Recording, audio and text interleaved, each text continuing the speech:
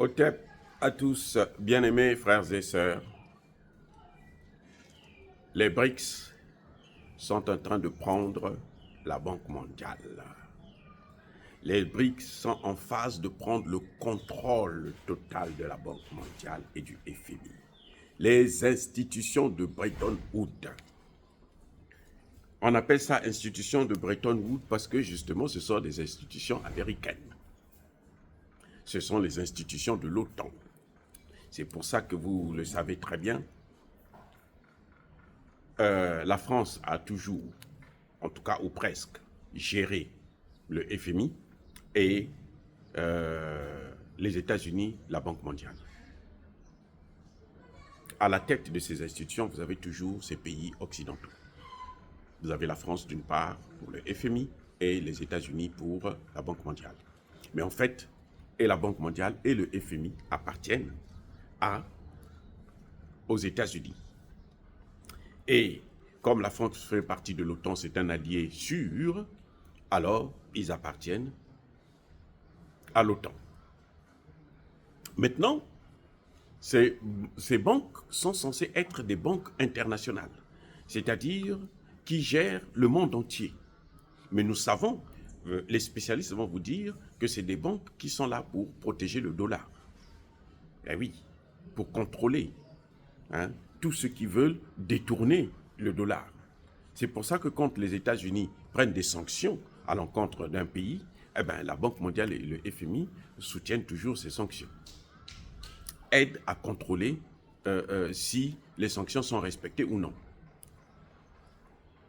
Voilà le grand enjeu. Mais, puisque ce sont des institutions qui sont dites internationales, alors tous les pays ont le droit d'utiliser ces institutions. Tous les pays sont représentés dans ces institutions.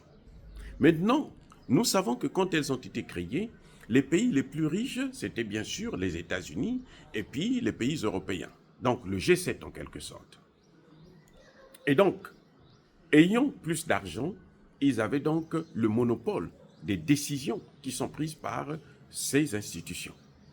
Donc les décisions qui sont prises à la Banque mondiale et au FMI, c'est par rapport à celui qui paye, qui a plus d'argent.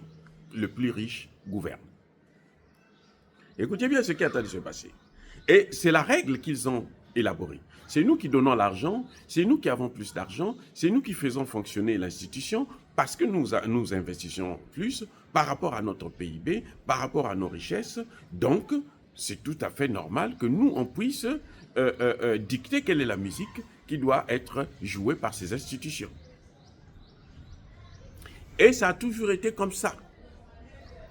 Jusqu'à ce que, tout d'un coup, apparaît les BRICS, apparaît la Chine, apparaît la Russie.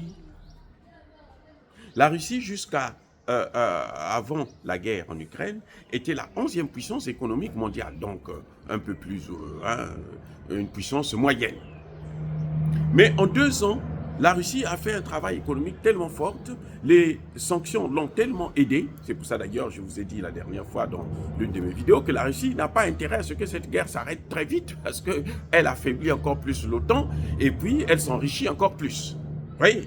Donc, la Russie est passée maintenant 4e puissance, devant l'Allemagne, devant le Japon.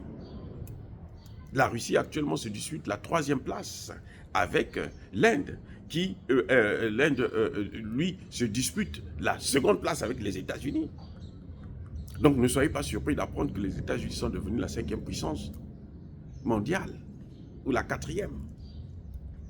Parce que les choses sont en train d'aller tellement vite que ça fait trembler aux États-Unis d'ailleurs. C'est pour ça d'ailleurs que vous avez vu la démission de Joe Biden. C'est à cause de cette guerre qu'ils ont perdu au niveau commercial.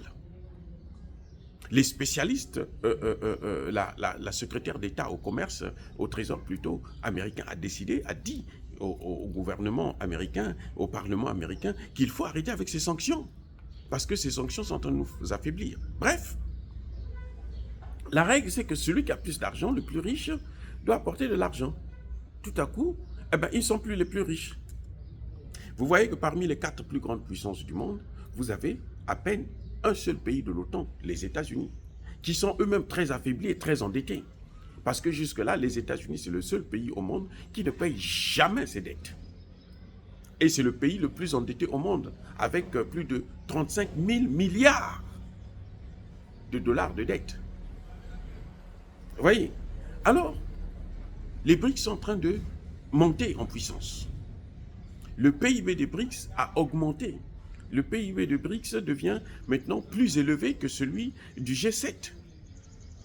La population de ces pays des BRICS, c'est presque la moitié de la population mondiale. C'est un grand marché, un très large marché. Qu'est-ce qu'il faut faire? Puisque c'est le plus riche qui paye. Maintenant, ce sont ceux-là qui n'étaient rien quand on a créé cette institution. La Russie, l'ex-URSS, avait une capacité militaire reconnue, mais économiquement, ce n'était pas un pays aussi puissant. La Chine, c'est même pas la peine. Puisque sortir des indépendances, la Chine était au même niveau que les pays africains. Donc, maintenant, on se rend compte que ce sont ces pays-là qu'on a négligés, qu'on a méprisés, qui aujourd'hui sont les plus riches. Ils doivent donc faire quoi? Contrôler la Banque mondiale et le FMI. Et ça chauffe actuellement, parce que les États-Unis ne veulent pas laisser se soumettre aux injonctions de ces puissances-là. Ils ne veulent pas, parce que s'ils se soumettent, eh bien, ils acceptent de fait la dédollarisation. Ils acceptent de fait la multipolarité. Et la mondialisation meurt, disparaît. Voilà la crise qu'il y a actuellement au niveau des institutions de Bretton Woods. La France est le pays le plus endetté d'Europe. Au nom de quoi la France va gérer le FMI et imposer des lignes budgétaires dans d'autres pays, alors qu'elle-même, elle a échoué chez elle. Elle est en train d'échouer, elle continue à s'endetter et devenir encore plus pauvre. Comment peut-on expliquer ça? Les territoires que la France contrôlait, qui lui permettaient de s'enrichir, elle est en train de tout perdre, en dehors de quelques-uns, comme par exemple la RDC, et puis quelques pays francophones en Afrique centrale, ou le Sénégal, la Côte d'Ivoire. Mais elle a tout perdu. Et ça ne fait pas le poids. Parce que ces seuls pays-là, ça ne suffit pas pour que la France puisse relancer son économie. Et voilà que maintenant, ces pays, la Russie et la Chine, revendiquent le droit de contrôle de la Banque mondiale et du FMI, puisque c'est la règle, c'est le plus riche qui paye, qui décide. L'influence d'ailleurs de la Chine et du FMI, de la Russie, est en train d'augmenter, au niveau même du FMI et de la Banque mondiale. Et la Chine est le pays qui emprunte le plus au monde. Eh oui, la Chine est le pays qui investit le plus au monde. À l'époque, les États-Unis contrôlaient, mais c'était les États-Unis qui investissaient dans le monde entier. Vous savez que c'est les États-Unis qui ont investi en Chine en masse. Et c'est les États-Unis qui ont investi en Inde en masse. Parce qu'eux, ils avaient un principe, c'est qu'il faut contourner l'Afrique, puisque l'Afrique, si elle se développe, nous, on va s'appauvrir. Donc, on va investir dans d'autres pays, comme ça, on va les enrichir, et puis tous ensemble, on va aller piller l'Afrique. Maintenant, ces pays-là disent, nous, on ne va pas aller piller l'Afrique. Nous, on veut aider l'Afrique pour que l'Afrique soit un grand marché pour nous, pour consommer nos produits. Parce que le grand marché chinois, là, vous croyez que les produits là, qui va les consommer? L'Union européenne seule ne peut plus. L'Union européenne s'est affaiblie. L'Union européenne a perdu. Et puis, ils ont besoin des matières premières. Donc, comme ils sont développés, ils ont la technologie, ils ont besoin des mêmes matières premières que les États-Unis et l'Union européenne, les mêmes matières qui les ont permis à se développer. Ça pose un problème. Voilà pourquoi maintenant, ça devient compliqué au niveau de la Banque mondiale pour contrôler justement ces institutions. Qui va contrôler ces institutions? Qui? Et maintenant, quelle sera la règle qui va être établie? Est-ce que la règle, c'est toujours la même ou bien on doit changer cette règle? Ça devient koutou-koutou. C'est ce que nous, en congolais, on appelle Koutoulou et Mati. Makala, Matikali. Voilà, ça devient plus compliqué, plus complexe, et maintenant, on est obligé de travailler avec. Voilà, bien aimés frères et sœurs, ce qui est en train de se passer justement avec la situation qui se passe au niveau des institutions de Bretton Woods. Ce sont des institutions américaines. C'est les États-Unis qui avaient créé ces institutions pour protéger le dollar, mais ils ont perdu le contrôle. Ils ne peuvent plus. C'est pour ça que Donald Trump, quand il arrive, il dit que moi, dès que j'arrive, j'arrête cette guerre.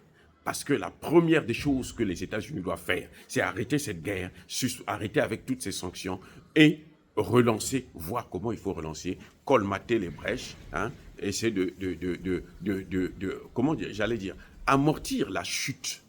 Parce que c'est ça qu'on appelle la dédollarisation. Je vous ai déjà dit, dès le début, que la Banque mondiale et le FMI avaient pour rôle de soutenir, justement, le dollar.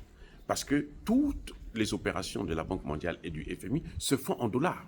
Donc, dans toutes les transactions, les Américains ont leur part. Mais si c'est la Chine et la Russie qui prennent, au nom de quoi eux, ils vont imposer à ce qu'on puisse continuer à utiliser le dollar comme monnaie de référence? On est là en plein dans la dédollarisation. Oh, bien-aimés frères et sœurs, encore une fois de plus, je persiste et je signe. Soyez bénis, soyez abondamment bénis par le Dieu des Kémites et par nos ancêtres angélisés. Mais que tous ceux qui persécutent le continent africain, le pillent et le déstabilisent, qu'ils soient noirs, blancs, chinois, arabes, juifs, indiens ou qui qu'ils soient punis, maudits, foudroyés, neutralisés, écrasés, effacés par le Dieu des Kémites et par nos ancêtres angélisés. Vive